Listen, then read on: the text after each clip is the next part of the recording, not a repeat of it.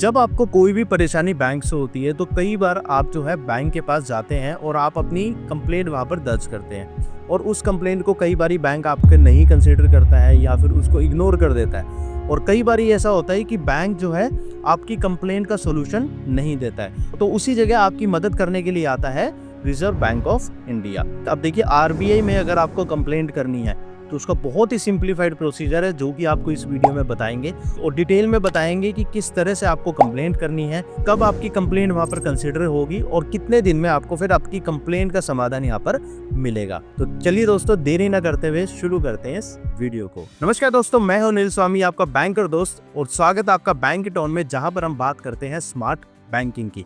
अब देखिए दोस्तों, आरबीआई में अगर आपको कंप्लेंट करनी है तो उसका बहुत ही सिंपल तरीका है। अगले 5 मिनट में आप अपनी कंप्लेंट लॉन्च कर देंगे, बहुत ही आसान तरीके से। लेकिन उससे पहले आपको थोड़ा सा इस स्कीम के बारे में जानना जरूरी है। अब देखिए दोस्तों, ये जो आरबीआई का कंप्लेंट का जो प्रोसीजर है, इसको कहते हैं आरबीआई ओम्बड्समैन स्कीम।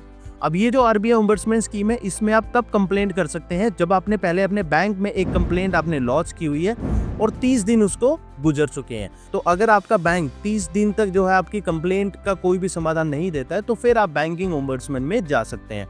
और बैंकिंग ओम्बड्समैन के पास इतनी पावर है कि वो आपको 20 लाख रुपए तक का कंपनसेशन भी दिला सकता है। अब देखिए, ये बहुत बड़ा अमाउंट है जो कि आरबीआई यहाँ पर कह रहा है कि हम आपको कंपनसेशन के तौर पर भी दिला सकते हैं। अब सबसे पहले हम ये जान लेते हैं कि आरबीआई में कंप्लेंट करनी है तो वो ऑनलाइन कंप्लेंट आपको किस तरह से करनी है, और फिर आपको बताएंगे थोड़े से और नियम जो कि आपको इस ओम्बड्समैन स्कीम के बारे में जानने बहुत ज्यादा जरूरी है। अब देखिए, आरबीआई में कंप्लेंट करने के लिए आपको क्या करना है, आपको गूगल पर लिखना है आरबीआई ओम्बड्समैन कंप्लेंट।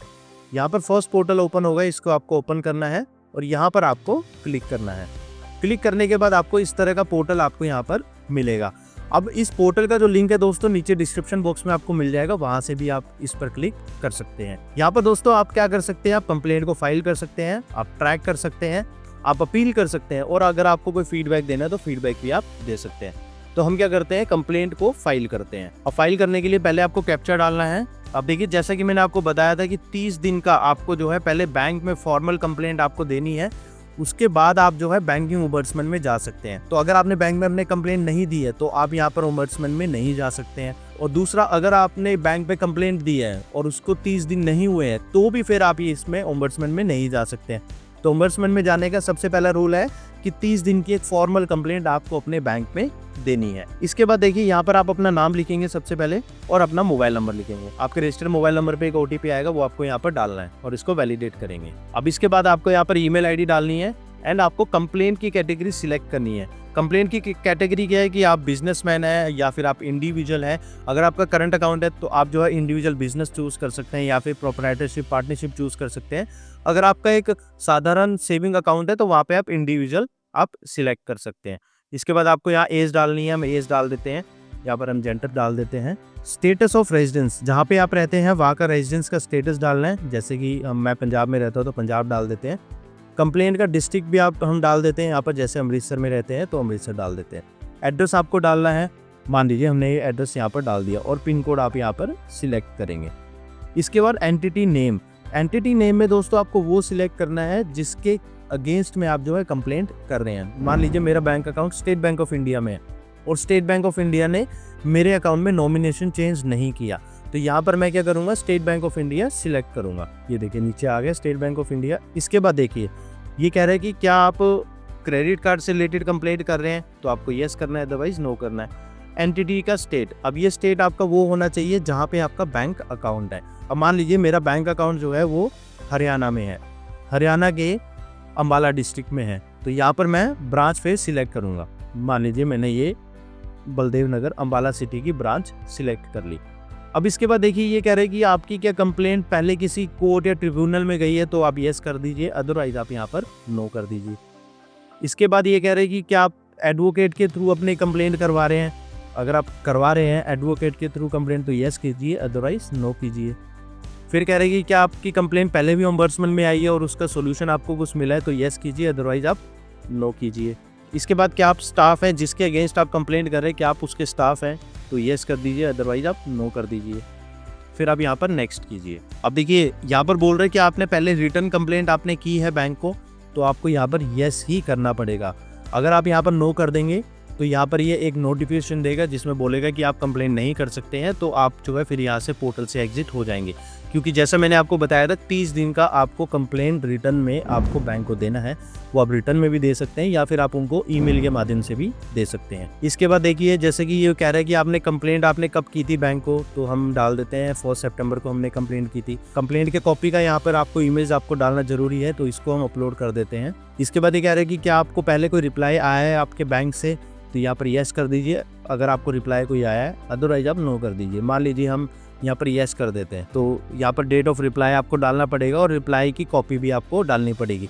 तो ये रिप्लाई की कॉपी आप, तो यहाँ पर आप येस तभी करें जब आपके पास रिटर्न में कुछ रिप्लाई आया है, अदरवाइज आप नो कीजिए। फिर कह रहे हैं कि क्या आपने बैंक को कोई रिमाइंडर भेजे हैं, अगर आपने रिमाइंडर भेजे तो येस कीजिए और रिमाइंडर की कॉपी आप लगा सकते हैं, अदरवाइज आप यहाँ पर नो कर दीजिए। डेट ऑफ ट्रांजैक्शन आप डालिए, ट्रांजैक्शन की डेट क्या है, तो हम डाल देते हैं कि 4 सितंबर की ट्रांजैक्शन की डेट थी, जिसका सोल्यूशन बैंक ने नहीं दिया। अभी कह रहे हैं कि क्या बैंक के किसी वॉलेट के अगेंस्ट में कंप्लेंट है, तो येस कर दीजिए, अदरवाइज आप नो कर दीजिए। बैंक के कोई बिजनेस कॉरेस्पॉन्डेंट के अगेंस्ट में कंप्लेंट है, तो येस कर दीजिए या फिर नो कर दीजिए। अब बिजनेस कॉरेस्पॉन्डेंट वो होते हैं जो कि बैंक के ही काम करते हैं, बैंक के जैसे अकाउंट खोलना, बैंक के अकाउंट में डिपॉजिट करना, विड्रॉल करना, वो बिजनेस कॉरेस्पॉन्डेंट होते हैं जिनको बैंक ऑथराइज करता है बैंक का बिजनेस करने के लिए। यहाँ पर आपको एटीएम कार्ड का नंबर डाल देना है। यहाँ पर हमने एटीएम कार्ड का नंबर डाल दिया। यहाँ पर आपको लोन अकाउंट नंबर या फिर डिपॉजिट का अकाउंट नंबर डाल देना। मान लीजिए मेरा सेविंग अकाउंट नंबर है स्टेट बैंक ऑफ इंडिया में, तो मैंने वो अकाउंट नंबर यहाँ पर डाल दिया। इसके बाद ये कह रहे हैं कि आपकी कंप्लेंट किस कैटेगरी की है। मान लीजिए आपके अकाउंट रिलेटेड है तो पहला सिलेक्ट कर लीजिए, एटीएम रिलेटेड कंप्लेंट है तो दूसरा कीजिए, credit card, mobile banking, loan advances, notes and coins, ऐसे बहुत सारे ऑप्शंस हैं। तो यहाँ पर हम पहला सिलेक्ट कर लेते हैं क्योंकि मेरी कंप्लेंट जो है वो नॉमिनेशन रिलेटेड थी कि मेरा बैंक ने नॉमिनेशन नहीं डाला अकाउंट में। इसके बाद दूसरा, अब देखिए कई सारे यहाँ पर ऑप्शन दिखा रहा है सब कैटेगरी, तो यहाँ पर हम फिर से सेविंग अकाउंट सिलेक्ट कर लेते हैं। आप अपने हिसाब से यहाँ पर ऑप्शन सिलेक्ट कीजिएगा जो भी ये कंप्लेंट आपकी है। इसके बाद देखिए यहाँ पर नॉमिनेशन रिलेटेड इशू जैसा कि आ रहा है लिखा हुआ, तो मैंने ये डाल दिया। अब यहाँ पर फैक्ट ऑफ द कंप्लेंट में आपको सारी डिटेल आपको लिखनी है। मान लीजिए कब आप बैंक में गए, कब आपने रिटर्न कंप्लेंट दी, बैंक के अधिकारी ने आपको क्या जवाब दिया और किस तरह से आपके सोल्यूशन नहीं मिला आपको, तो वो सारी चीज़ें आपको यहाँ पर लिखनी है। जैसे कि हम यहाँ पर लिख देते हैं I have visited bank on, तो यहाँ पर हमने जो भी फैक्ट थे हमने वो लिख दिए।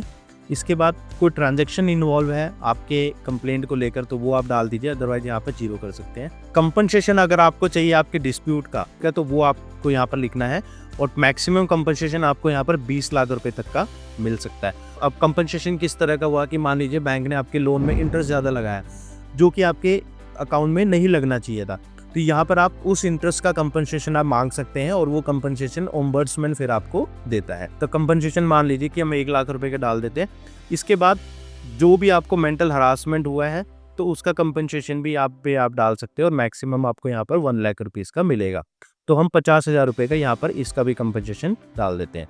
इसके बाद यहाँ पर हमें नेक्स्ट करना है और यहाँ पर देखिए कोई और रेलेवेंट डॉक्यूमेंट है जो भी आपको अटैच करने हैं वो आप यहाँ पर अटैच कर सकते हैं। इसके बाद यहाँ पर आपको नो करना है क्योंकि आप कोई रिप्रेजेंटेटिव आप नहीं लेकर जा रहे हैं। अगर आपने एडवोकेट से कंप्लेंट करवाई है तो आपको यस करना है, अदरवाइज आपको यहाँ पर नो करना है। यहाँ पर आप क्लिक करेंगे, डिक्लेयर करेंगे और यहाँ पर रिव्यू एंड सबमिट आप करेंगे। जब आप दोस्तों ये रिव्यू एंड सबमिट करेंगे तो आपके पास जो है एक कंप्लेंट आईडी आएगा। उस कंप्लेंट आईडी को फिर आप जो है इनकी वेबसाइट पे ट्रैक भी कर सकते हैं। अब देखिए ट्रैक कैसे करना है। ट्रैक करने के लिए यहाँ पर आपको जाना है ट्रैक योर कंप्लेंट में। यहाँ पे आपको मोबाइल नंबर डालना है और मोबाइल नंबर जब आप डालेंगे तो एक OTP आपके पास आएगा, तो उसके बाद आपको आपकी कंप्लेंट का जो रेजोल्यूशन है वो यहाँ पर आपको मिल जाएगा। अब देखिए दोस्तों कुछ चीजें हैं जो यहाँ पर बहुत ज्यादा इंपॉर्टेंट है जाननी। सबसे पहले तो ये जो बैंकिंग ओम्बड्समैन स्कीम है दोस्तों, ये बहुत ही अच्छी स्कीम है। इसमें कोई भी कंप्लेंट अगर बैंक को जाती है तो वहां पर आपको कोई ना कोई जवाब आपको आपकी कंप्लेंट का जरूर मिलेगा, और जवाब ही नहीं, आपको आपकी कंप्लेंट का सॉल्यूशन भी बहुत ही ज़्यादा क्विक आपको वहाँ पर मिलता है। तो दोस्तों बैंक के ओम्बड्समैन का फ़ायदा आप तभी उठाएं जब आपको बैंक से आपको कोई भी समाधान आपकी प्रॉब्लम का नहीं मिल रहा है।